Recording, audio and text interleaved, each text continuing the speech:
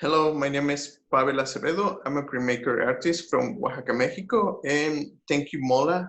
Thank you, I Learn America. And I would like to introduce you, Yuritsa, to tell her story. Hello, thank you to the Museum of Latin America Art and I Learn America for having us today. My name is Yurix Hernandez and I am from El Salvador. Could you share the story, part of your story from I Learn America, please? Yes, I grew up with my grandma and aunts because my father and mother immigrated to the United States when I was 6 and 7 years old, respectively. In my hometown, everyone knew everybody. So it was really a small town. At the beginning of 2009, everything was calm. But with time, a huge wave of violence came into my town. I was 14 years old when my parents and I decided it was time for me to come to the United States. Now I am 17 years old and I live in Los Angeles, California with my parents. I am learning English and trying to adapt to this new culture. When I left my hometown, I wasn't living at all. I left one piece of my heart with my grandma, the old angry lady that means to me the whole world. I remember that when I broke up plates or cups, I would hide them on the roof because I was afraid of her finding them.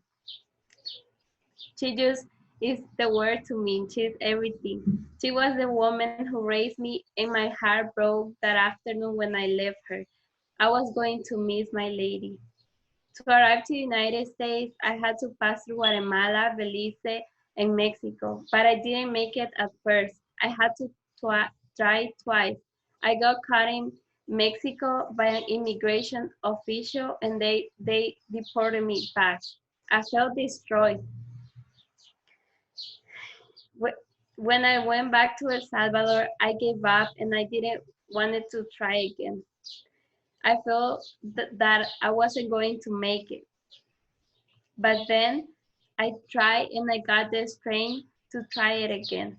And the second time, it was the one when I actually made it to the U.S. Immigration Office in San Isidro, California. And that time when I wanted to give up helped me to realize that second opportunities happen and you just have to work hard for what you want. Ok, qué bueno. ¿Todavía estás en contacto con tu familia o tus en El Salvador?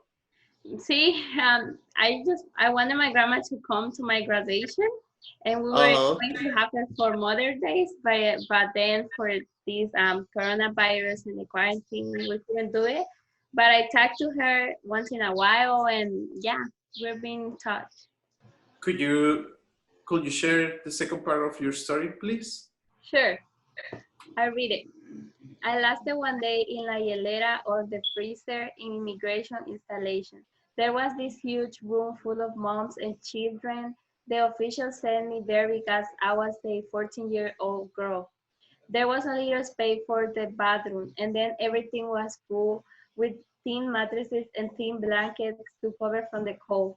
There were no windows, but a door where we could see the officials walking in the hallway. In one wall, there was a glass box, and inside there were pampers and wipes for the kids. The TV there would play the movie Frozen over and over. Inside, time did not exist.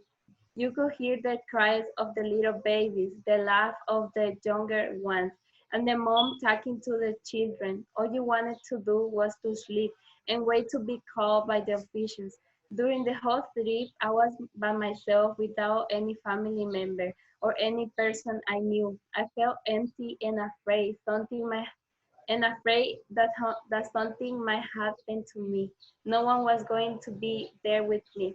After some hours of waiting, an official called my name. We went to an office and the official called my dad so he could know where I was. I remember that the official was very rude and spoke very angrily. I felt like it had been weeks that I spent in there. Immigration officers, they took me to a house in San Diego that works with immigration services to receive kids. The house name was Lemon Grove. I stayed there for 20 days. One morning, one of the social workers told me that I had a call. It was my parents telling me that all the papers were ready for me to leave. I started crying and I couldn't even talk. I remember my mom's voice breaking with each word. The day was sunny. After an hour or so, we arrived in San Clemente. There, in one of the McDonald's buildings, my parents were waiting for me. When I saw them, the three of us embraced in a strong hug. I had borrowed memories of them because I have been too small to really remember anything. People talk and show me photos about them, but I didn't remember. The social worker gave them all the papers they needed, and then they left. And then we went to the car and we left to Los Angeles. The freeway road welcomed me. I saw hundreds of cars, McDonald's, and different stores, huge buildings and homeless people. I saw parks full of people, traffic lights, and long streets.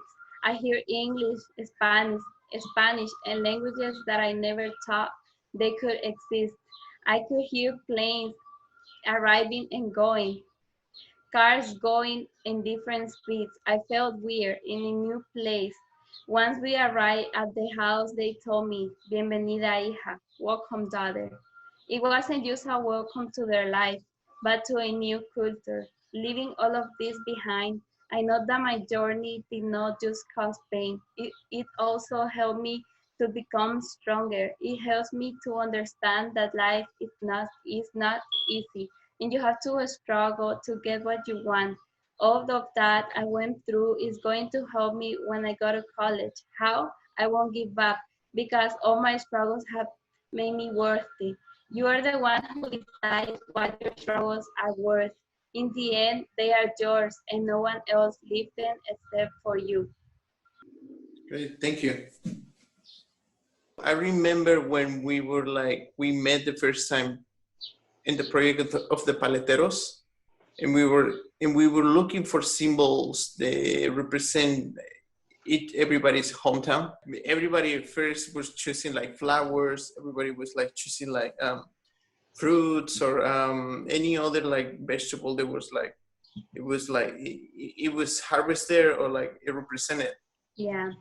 And later you were talking about your like trip and like you decided that you were gonna be a butterfly, right? So how is it right now, like for you, like when you're like going to UCLA and Yes, like you just like going forward and forward? I think I'm letting my wings grow bigger and bigger. Mhm. When I was in El Salvador, I feel like I was like an oruga before being a Yeah. butterfly. So I had to learn how to grow my wings, and now I'm learning to fly more and more because my wings are getting bigger, and also my capacity to fly to more and to accomplish my goals. During that time of like working with everybody in the classroom and like knowing more about themselves and like how they were like choosing like their stories through the animals, how do you feel about like knowing that other side of your like schoolmates? Because yeah. It feels like really it opens your eye and it makes you aware of what others are going through, and maybe you didn't know something about a person before really talking to them. So this program allowed me to really see more, not just outside, but into the people's eye, because I think the eyes can tell a lot about a person. They can be smiling, but then if their eyes are sad, it just they're not okay. So it gave me the opportunity to really appreciate my surroundings and to be aware of the people I was with. Thank you, Risa, for sharing the story with us. Thank you for sharing the time and letting me know a little bit more about yourself. Congratulations on all your like projects that you're achieving. It's been great. So thank you, everybody.